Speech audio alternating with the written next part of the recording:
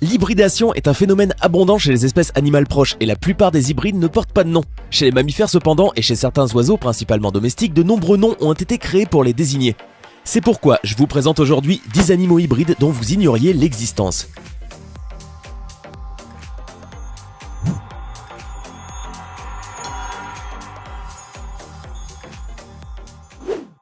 Important. Je vous présenterai aujourd'hui des cas réels, car après on peut voir circuler sur internet des photos supposées être d'animaux hybrides qui semblent étonnants, alors qu'il s'agit de mensonges. Par exemple, le rhinocéros zèbre, qui est une image truquée avec Photoshop, ou encore le lion noir, qui n'est qu'un beau lion blanc retouché.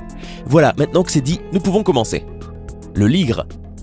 Commençons par le ligre, qui est en fait né de l'union d'une lionne et d'un tigre mâle. Il a le pelage roux clair meublé, ici et là de rayures, propre au tigre, avec une crinière propre au lion, dégagée sur le front, et plus présente vers l'arrière.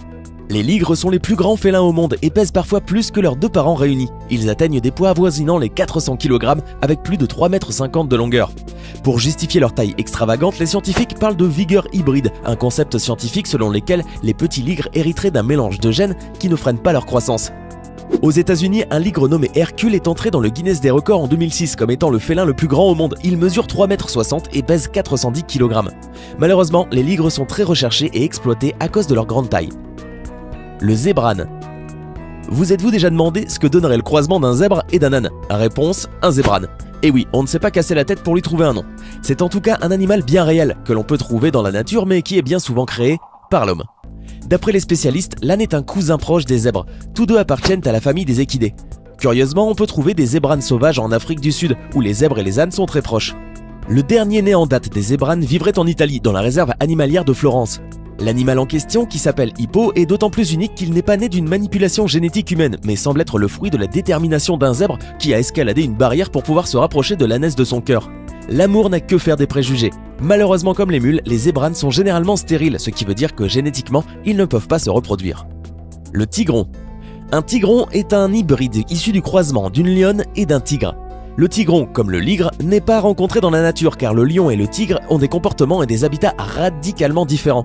Les tigrons peuvent présenter des caractéristiques des deux parents. Ils peuvent avoir les taches de la mère avec les stries du père. La crinière d'un mâle semblera toujours plus courte et moins apparente que celle d'un lion et est plus proche de la crinière courte du tigre mâle. Une idée répandue mais fausse dit que les tigrons seraient plus petits que les lions ou les tigres. Enfants, ils ne dépassent pas la grandeur de leurs parents car ils héritent eux des gènes inhibiteurs de croissance, mais ils ne montrent aucun signe de nanisme ou de miniaturisation. Ils pèsent souvent environ 150 kg. Le tigron vit environ 12 ans, mais certains vivent plus longtemps, comme le tigron de Beauval qui est mort à 22 ans. Il peut manger jusqu'à 25 kg de viande chaque jour. Gugisberg écrivait qu'on a longtemps cru que les ligres et les tigrons étaient stériles. Cependant, en 1943, une hybride âgée de 15 ans a été accouplée avec succès avec un lion, au zoo de Munich. La petite femelle qui en résultat fut élevée jusqu'à l'âge adulte malgré son état de santé délicat.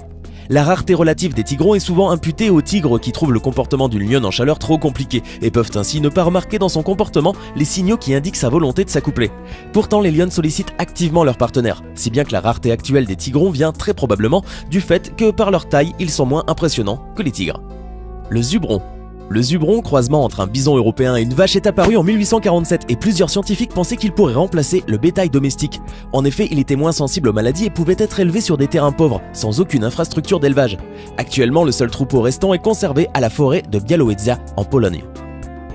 Le wolfin. Le wolfin est un animal hybride rare de la famille des delphinidés, issu d'une fausse orque et d'un grand dauphin. Bien qu'il aurait été observé dans la nature, il n'en existe actuellement que 2 spécimens vivants en captivité, au Sea Life Park d'Hawaï. Le premier est né le 15 mai 1985, alors qu'une femelle grand dauphin et un mâle fausse orque partageaient le même bassin. La taille, la couleur et la forme du wolfin sont intermédiaires entre celles des espèces parentales. Nommée Kekaimalu, elle a 66 dents, intermédiaires entre le grand dauphin, 88 dents, et la fausse orque, 44 dents. Kekaimalu s'est avérée être fertile et a eu 3 petits. Le premier est décédé après quelques jours seulement. En 1991, elle donna naissance à une femelle, Poai Kealoha, qui atteignit l'âge de 9 ans. Le 23 décembre 2004, Kekaimalu accouche de son 3e petit, encore une femelle nommée Kaliwikai, qu'elle a fait avec un mâle grand dauphin. Le jaglion. C'est le fruit du croisement entre un jaguar et un lion. Cet animal ne se trouve pas dans la nature puisque ces 2 espèces vivent dans des régions du monde très différentes, ce qui signifie qu'une intervention humaine a été nécessaire. Les jaglions ressemblent aux lions et ils ont néanmoins des taches sur tout leur corps, comme les jaguars. Le 9 avril 2006, 2 jaglions naissent au sanctuaire de Bear Creek au Canada. Les parents, Lola, une jeune lionne, et Diablo, un jaguar noir mâle, ont donné naissance cette année-là à 2 petits jaglions appelés Tsunami et Jazara. Tsunami, le mâle, a le pelage habituel du jaglion, tandis que sa sœur Jazara est un jaglion mélanique, en raison de l'héritage génétique de mélanisme dominant du jaguar. Lorsque la descendance fertile d'un lion et d'un jaguar s'accouple avec un léopard, la descendance est alors appelée l'éoliguar. Le gros lard. Le réchauffement climatique peut avoir d'étranges conséquences. Des spécialistes de la faune ont observé dans le nord du Canada l'apparition d'une nouvelle sorte d'ours, le gros lard, ou le pidsley. Cet ours blanc aux taches marron est le résultat de la reproduction entre une femelle ours polaire et un mâle grizzly. Avec la fonte de la banquise, l'ours blanc est repoussé vers le sud du Canada et l'ours brun remonte davantage vers les forêts du nord. Ils sont donc amenés à partager leur territoire une partie de l'année. Il y aurait aujourd'hui un peu plus de 5 hybrides d'ours dans la nature. Ce croisement entre les 2 espèces avait déjà été observé en captivité il y a 40 ans au zoo de Thoiry en France. Faute d'enclos, un grizzly et un ours polaire avaient été réunis donnant naissance quelques temps plus tard à des petits gros lards.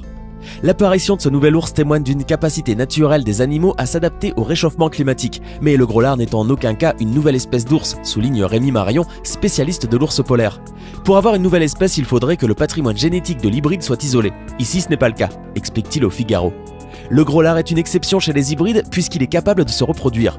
Géographiquement, les 2 espèces sont éloignées, mais génétiquement, elles ont beaucoup de similarités, ce qui permet à leurs petits d'être fertiles. Il y a plus de 600 000 ans, l'ours polaire et l'ours brun ne faisaient qu'un, rappelle le spécialiste. Quant à la possibilité d'une nouvelle espèce d'ours d'ici une centaine d'années, Rémi Marion ne veut pas se précipiter.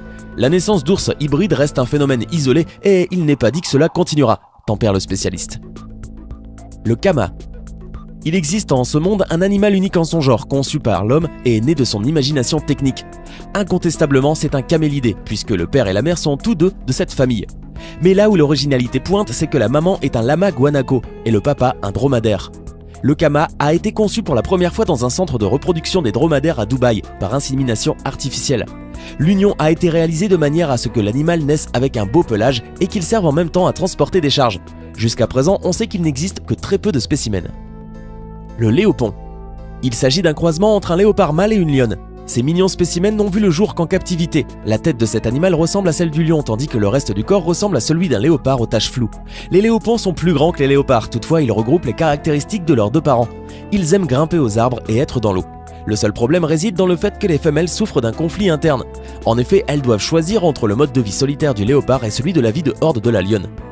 Le léopon est un animal assez imposant de taille, en effet il fait partie des plus grands félins actuels. Son corps est de couleur fauve, presque or, et possède une grande variété de petites taches et rosettes brunes. À l'extrémité de sa queue existe une petite touffe de poils. Le mâle, au contraire de la femelle, possède une petite crinière brune et unie qui le rend plus imposant. Le léopon mesure entre 1,30 m et 2,50 m. Chez cette espèce, le mâle est plus grand que la femelle. Sa hauteur au garrot va de 75 cm à presque 1 mètre. Il pèse entre 60 et 150 kg. Le coy-loup. Ce n'est pas un mystère, les loups qui vivent en Ontario, la région la plus peuplée du Canada, manquent cruellement de partenaires sexuels, et ce depuis 100 ou 200 ans. Une situation durable qui les a conduits à s'accoupler avec des coyotes et des chiens. Comment en sont-ils arrivés là? On ne sait pas exactement, sinon que les loups ont dû baisser leur niveau d'exigence dans le choix d'un partenaire pour un coup d'un soir. Depuis, une espèce hybride prolifère au nord du continent américain. Né du mélange entre les coyotes, le loup et le chien, le coy-loup se montre si résistant qu'il se compte désormais par millions.